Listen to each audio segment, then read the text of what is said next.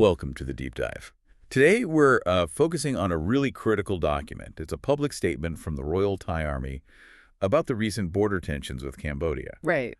And our mission really for this deep dive is to unpack what this statement actually says, why it matters, and what it might signal for you, the listener. Just a quick note on dates. This statement uses the Buddhist era, like 2568.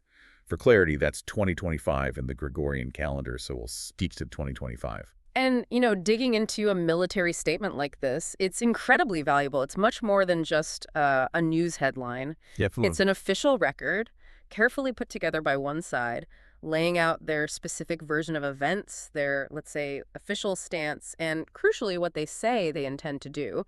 It gives you a direct, sort of unfiltered glimpse into how they're thinking strategically and how they want this whole situation perceived. Okay, so let's get into it. To really understand the Army's point of view, the statement starts by setting the scene, right? With the ceasefire agreement. Mm-hmm. The foundation. It mentions a specific agreement between the Thai government and the Cambodian government. Its purpose was basically to stop the military clashes along the border. And the statement is very precise. Effective midnight, July 28th, 2025. Yeah, and what's fascinating really is how hard the statement works right from the start to establish Thailand's good faith, their compliance. It says, quite explicitly, that the Thai side has strictly adhered to the agreement since it kicked in. Suspending force, cutting back military activities. Okay. This isn't just stating a fact, it feels like a strategic move. By stressing their own compliance, they're building this narrative, like, we're the responsible ones here. It kind of sets the stage for what they're about to allege. The stated goal, they say, was fostering peace, trust, cooperation. Right, so you have this image, Thailand sticking strictly to the deal. But then this is where the statement really pivots. It shifts to the core issue. The allegations. It claims that despite Thailand playing by the rules, the Cambodian army violated the ceasefire. Yeah. And again, very specific time frame, July 29th to July 30th, 2025. And they also point out this isn't the first time. They say it's the second time the ceasefire has been broken since it started. Mm-hmm. Highlighting a pattern. Exactly. So with that set up, the statement then gets into the real nitty-gritty, the specific details of these incidents they're alleging. It does. It lays out three distinct events, very precisely. Definitely. Times, locations, everything. Incident number 1, July 29th, 2025, 9:30 p.m. This happened in the Chongkhanama area, Sisaket province. Now, this area, it's often been sensitive, historically disputed zones nearby. That adds context. Right, adds another layer. Yeah. The statement claims the Cambodian army used small arms fire against Thai forces.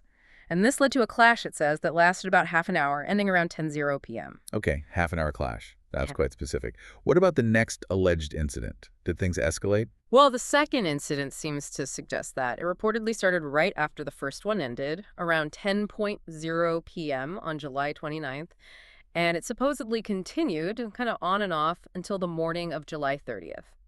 This was in the Priya Vihar area near Fumakua and Huaytamaria, also in Sisaket. Still Sisaket province? Still Sisaket. And here, the claim is continuous small arms fire and supporting fire from mortar launchers by the Cambodian army. Mortars. Okay, that's a step up. Definitely. And in response to this, the statement says the Thai side, quote, found it necessary to exercise its right to self-defense under international principles.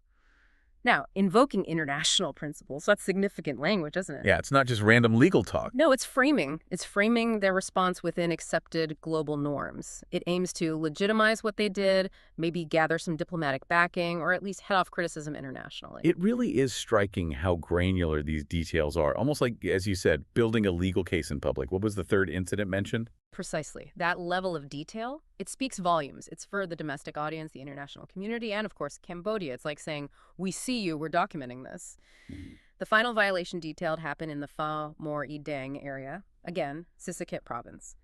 On July 30th, 2025, at 5:17 a.m., very precise, the Thai army claims clear detection of mortar fire coming from the Cambodian side and landing inside Thai territory. Landing inside Thailand. Okay, so pulling this all together, what's the Thai Army's bottom line here? How do they frame their overall position and response? The statement sounds quite forceful. Oh, absolutely. It doesn't pull any punches. The army calls the Cambodian actions a serious violation of the ceasefire, full stop.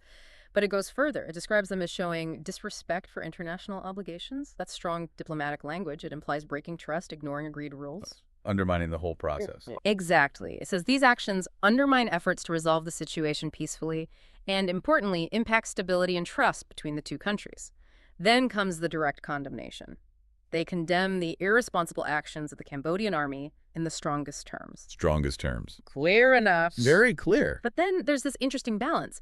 Despite the condemnation, the statement also pledges that the Thai side will keep upholding the highest principles of restraint, peace, and humanity. So condemnation, but also restraint. Yes, that's the tightrope they're walking. Right. But, and it's a big but. This pledge comes with a very stark warning. It says, paraphrasing slightly, if these violations keep happening, the army will take appropriate and necessary decisive steps. And the goal, to protect Thailand's sovereignty and the safety of its people, quote, without exception. Wow. Decisive steps.